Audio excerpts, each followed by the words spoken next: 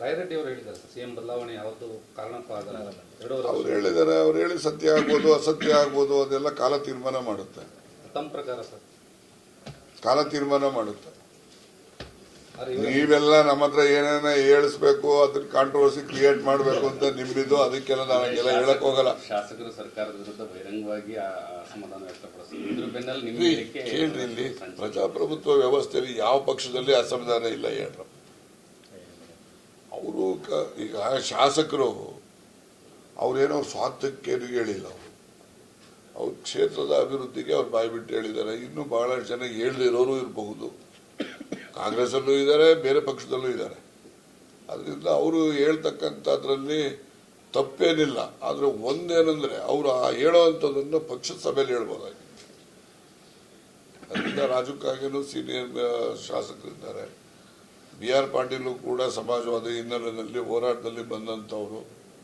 ಅವ್ರು ಹೇಳಿದ್ದಾರೆ, ಅದನ್ನೆಲ್ಲ ಈಗಾಗಲೇ ಮುಖ್ಯಮಂತ್ರಿಗಳು ಕರೆದು ಅವ್ರಿಗೆಲ್ಲ ಮಾತಾಡಿ ಅದ್ರದ್ದು ಹೆಚ್ಚು ಬೆಳೆಸೋದು ಬೇಡ ಅಂತೇಳಿ ಇಬ್ಬರು ತೀರ್ಮಾನ ಮಾಡ್ಕೊಂಡಿದ್ದಾರೆ.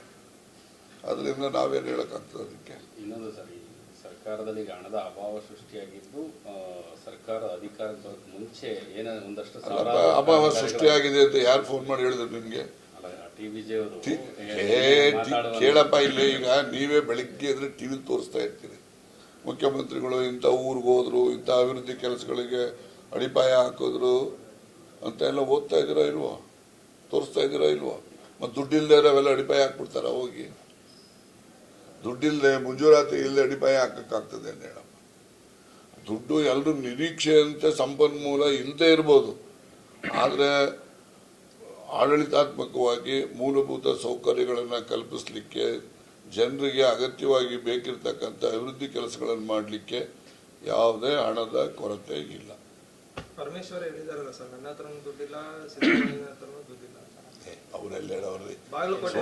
ಸುಮ್ಮನೆ ನೀವು ನೋಡಿ, ಇನ್ ಎ ಲೈಟರ್ ವೇನ್ ಈ ಮೈಟ್ ಹಾವ್ ಸೆಟ್. ಸೊ ಯಾರೋ ಬಂದು ನಮ್ಮೂರಿಗೊಂದು ಎಷ್ಟೋ ಒಂದು 200 ಕ್ವಾರ್ಟರ್ಸ್ ಕೊಟ್ಬಿಡಿ ಅಂತ ಕೇಳ್ತಾರೆ. ಒಂದೇ ಊರಿಗೆ 200 ಕ್ವಾರ್ಟರ್ಸ್ ಕಟ್ತಾರ? ಎಷ್ಟು ಅಗತ್ಯ ಇದೆ ಅಷ್ಟು ಕಟ್ತಾರೆ.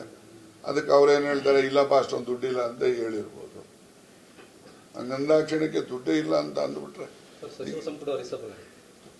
ಅದೇ ರೀ, ಅವೆಲ್ಲ ಕಾಲ ತೀರ್ಮಾನ ಮಾಡುತ್ತೆ. ರೀಶಫಲ್ ಮತ್ತೆ ಏನೆಲ್ಲ ನೀವು ಮನಸ್ಸಲ್ಲಿ ಅನ್ಕೊಂತ ಇದ್ದೀರಿ ಅವೆಲ್ಲವೂ ಕೂಡ ಕಾಲ ತೀರ್ಮಾನ ಮಾಡ್ತಾರೆ. ತಗೊಳ್ಳೇಳು, ಯಾರು ಇಟ್ಕೊಂಡವ್ರ ಷಡಕ್ಷರಿನ? ನೀನು ಹೋಗ್ಬೇಡಪ್ಪ, ತಗೋಬೇಡಪ್ಪ ಅಂತ ಯಾರು ಹೇಳೋರ? ತಗೊಳ್ಳೇಳು. ಸೀನಿಯರ್ ಅವ್ರು, ಮುಖ್ಯಮಂತ್ರಿ ಅಭ್ಯರ್ಥಿ ಅವರು ಸೀನಿಯರ್ ಅಂತ.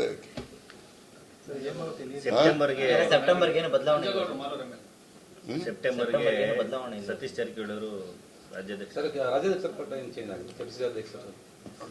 KPCC ಅಧ್ಯಕ್ಷ ಸ್ಥಾನ ಬದಲಾವಣೆ ಆಗೋದು ಬಿಡೋದು ಎಲ್ಲ ಅವ್ರು ತೀರ್ಮಾನ ಮಾಡ್ತಾರೆ. ಬಟ್ ಬದಲಾವಣೆ ಅಂತೂ ಆಗ್ತದೆ. ಯಾವಾಗ ಆಗ್ತದೆ ಅವೆಲ್ಲ ಅಂತಿಮವಾಗಿ ಅವರೇ ತೀರ್ಮಾನ ಮಾಡೋದು. ಬದಲಾವಣೆ ಅಂತೂ ಆಗ್ತದೆ. ಸತೀಶ್ ಜಾರಕಿಹೊಳಿ ಆಗುತ್ತಂತ ಅವರು ಆಗಬಹುದು ಏನೋ ಅಂತ ಅನ್ಕೊಂಡಿದ್ದೀನಿ. ಆಗಬಹುದು.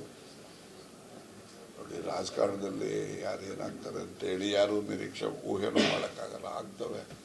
ಅದಕ್ಕೆಲ್ಲ ಕಾಲನ ತೀರ್ಮಾನ ಮಾಡುವಂಥದ್ದು. ಹೌದಲ್ವಾ? ನಿಮ್ಮ ತಾಲೂಕಿನಲ್ಲಿ 40 ಎಕರೆ ಗೌರಿಬಿದನೂರು ಶಾಸಕ ಮಗ